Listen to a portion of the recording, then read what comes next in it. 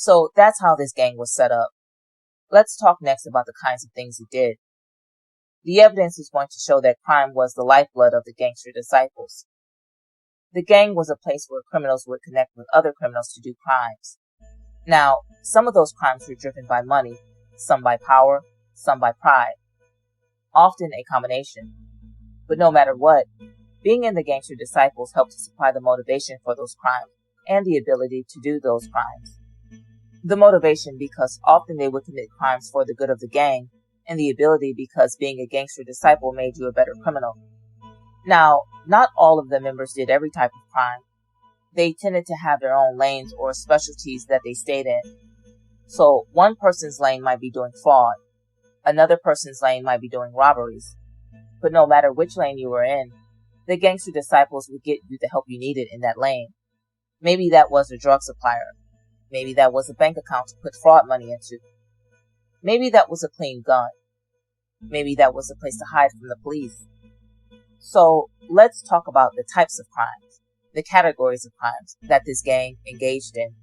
You're going to hear about a bunch throughout the trial, and I'll focus here on 5 of the big ones.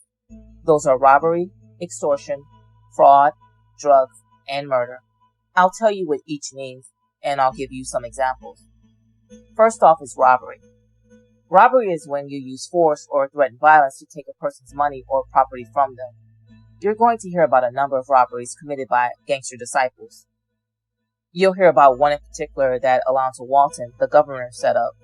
There was a woman he knew, and he knew she was going to have a bunch of money in her car. So Alonzo Walton put together an armed carjacking for them to steal that car and that money at gunpoint. You're going to hear about another robbery committed by Antarius Caldwell. He and a fellow member of the hate committee had heard that there was a drug dealer staying at a house. So they went and they broke into that house and shot the person staying there to try and steal the drugs and the money. You're going to hear about a number of robberies committed by members of the hate committee. Robbery. Next up is extortion. Extortion is when you use threats to convince a person to give you their money or their property. And you're going to learn quickly that the Gangster Disciples had a reputation. People are afraid of them. They would use that reputation, use that power to get what they wanted from people. You're going to hear about one episode in particular involving the rapper Rick Ross. Now, Rick Ross had put out a song where he compared himself to the gang's founder, who they looked up to, Larry Hoover. And he also had an album cover where he pictured himself with a 6-point star that was the symbol of the Gangster Disciples. The gang didn't like this. It offended their pride for this celebrity rapper to use their name, their symbols, and their founder without their permission. So they did something about it.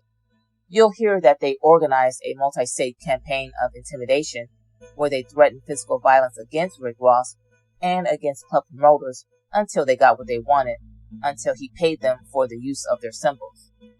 This campaign involved videos like this one, starring Kevin Clayton. These videos were a display of power by the gang, and you're going to hear that it got them increased status and increased membership. Extortion. The next one is fraud. Fraud is when you use lies or deception to get money or property from someone. And you're going to hear about a couple of fraud schemes that the Gangster Disciples carried out. You'll hear about one organized by Alonzo Walton, where he would get people to report their cars stolen and make false reports so that they would claim the insurance money. And then Alonzo Walton would bring those cars to a special spot he maintained, and he would firebomb them. He would burn them to a shell to destroy the evidence. You're going to hear about a high-ranking Gangster Disciple who's not in this trial named Manguiro Siddiqui Yisrael.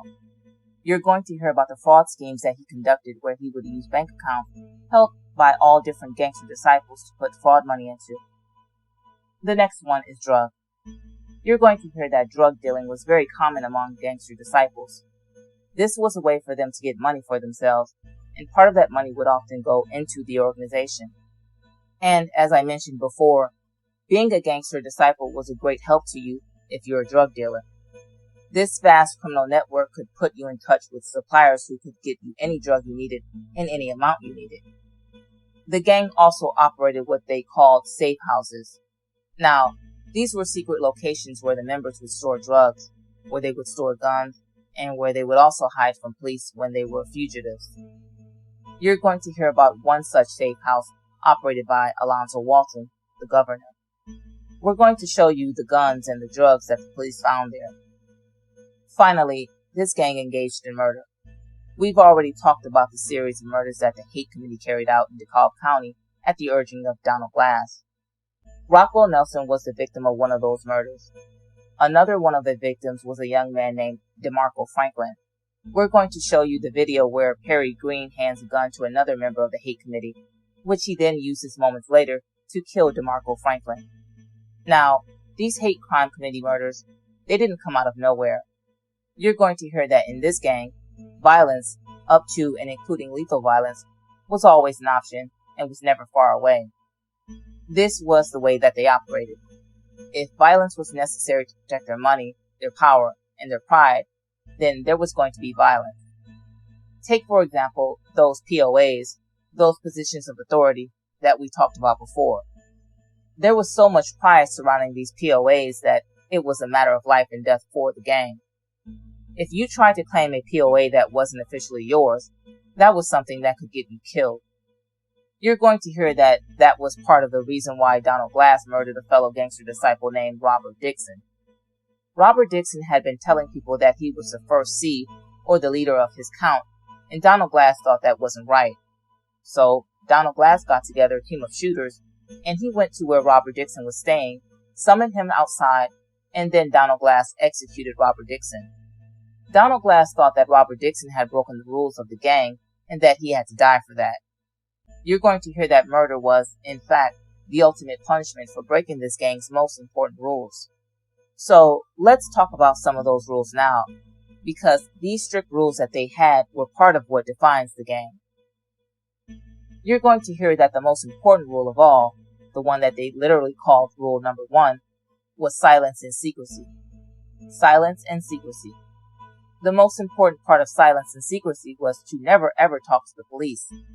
Witness after witness is going to tell you that cooperating with law enforcement, sharing the secrets of this gang, was something that could get you killed. Silence and secrecy also meant that the gang took other steps to protect itself and to protect its leaders. They developed code words that they would use for drugs. They would change phone numbers often. There were some topics that they wouldn't talk about on the phone. Silence and secrecy. So, as you hear the evidence, keep that in mind and think about what it was that this gang thought was so important to keep hidden. Now, that silence and secrecy was designed to keep people on the outside out. When it came to inside the gang, members were expected to share information. So, they had another rule saying that all incidents, major and minor, had to be reported up the chain of command. And incidents here means things like arrests, violence, trouble with the law. Because crime was the DNA of the Gangster Disciples, the leaders knew that things were going to go wrong sometimes and that they were going to need to respond to that. This reporting requirement helped them to respond. It helped them to take the steps necessary to protect the gang, to protect themselves. Maybe that meant putting someone in a safe house to hide them from the police for a little while. Maybe that meant sending a message to the members to prepare for violence with a rival gang. So you had rules, punishments, crimes, secrecy. I'll tell you now that there was another side to this group, and that was the face that they tried to put on for the public. The evidence is going to show that the Gangster Disciples wanted the world to believe that they were actually something positive, focusing on bettering themselves and bettering the community. So they would say that the GD of Gangster Disciples actually stood for growth and development. And they had these terms they used as shorthand, which were 360 and 720. 360 meant the criminal side, drugs, violence. 720 meant the positive side, community service, self-improvement. They wanted the world to believe that they had left behind 360 and were full on 720. The evidence is going to show that that was a lie. You're going to see that the 720 positivity concept was never more than a mask for the true criminal nature of this gang. You're going to see how the most basic features of this group are totally inconsistent with a community service organization. Things like all the secrecy, the fact that they had a chief enforcer, and the hate committee. But most importantly, you're going to see that each of the defendants in this courtroom knew exactly what this gang was really about. Each one of them participated willingly and actively in that criminal side, that 360 side. That's what the evidence is going to show.